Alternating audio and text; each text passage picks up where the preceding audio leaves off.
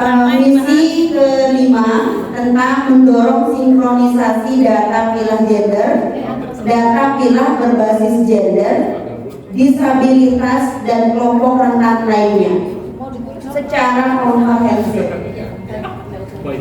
Jadi di sini dari kelompok 5 akan mengadvokasi dengan melakukan koordinasi dengan Kominfo menyerahkan data-data berbasis data berbasis spasial. Saya kira spesial. Karena masih ada banyak data, terutama di Kominfo itu masih kita belum banyak menemukan data-data. Di Kominfo itu sudah ada namanya NDB 1 data, tapi masih banyak data-data yang belum kita temukan di sana. Jadi misalnya kalau kita masih ada data-data yang belum lengkap loh data-datanya seperti itu. Jadi dari kelompok 5 dengan adanya tugas kami untuk mendorong sinkronisasi data pilah berbasis gender ini bisa melengkapi data-data yang ada di Kominfo melalui NDB 1 data. Selain itu ada juga registrasi sosial ekonomi atau Reksosek yang sudah dilakukan oleh pemerintah. Yang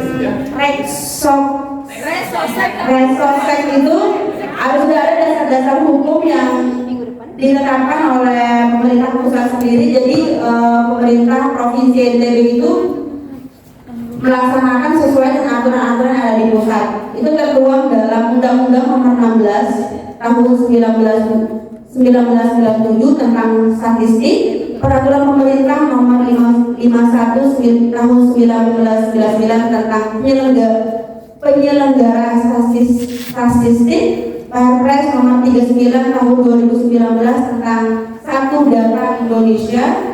Terus ada Perpres Nomor 86 Tahun 2020 tentang Rencana Kerja Pemerintah tahun 2021. Terima kasih.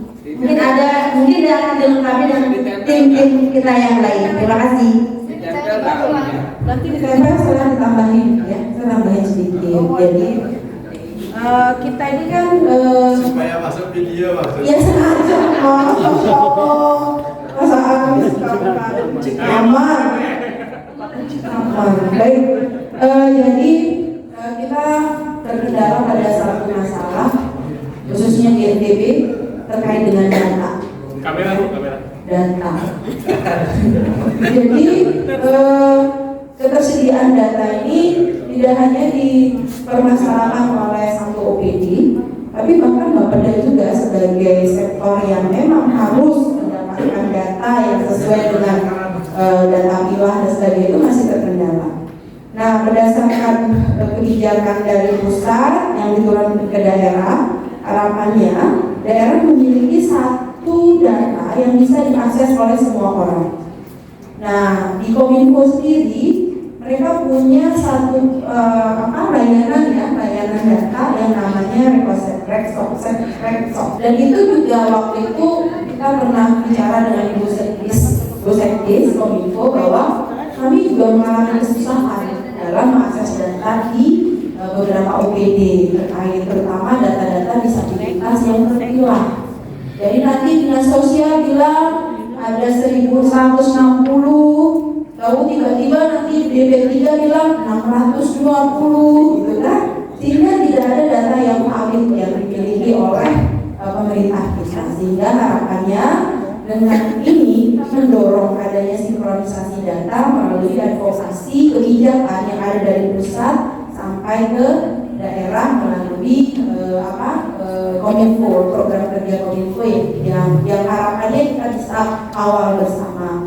Sehingga kondisi tadi tantangan kita tidak pernah ada data yang jelas, data yang sesuai itu bisa kita pastikan Kominfo bekerja sesuai dengan peran dan fungsinya.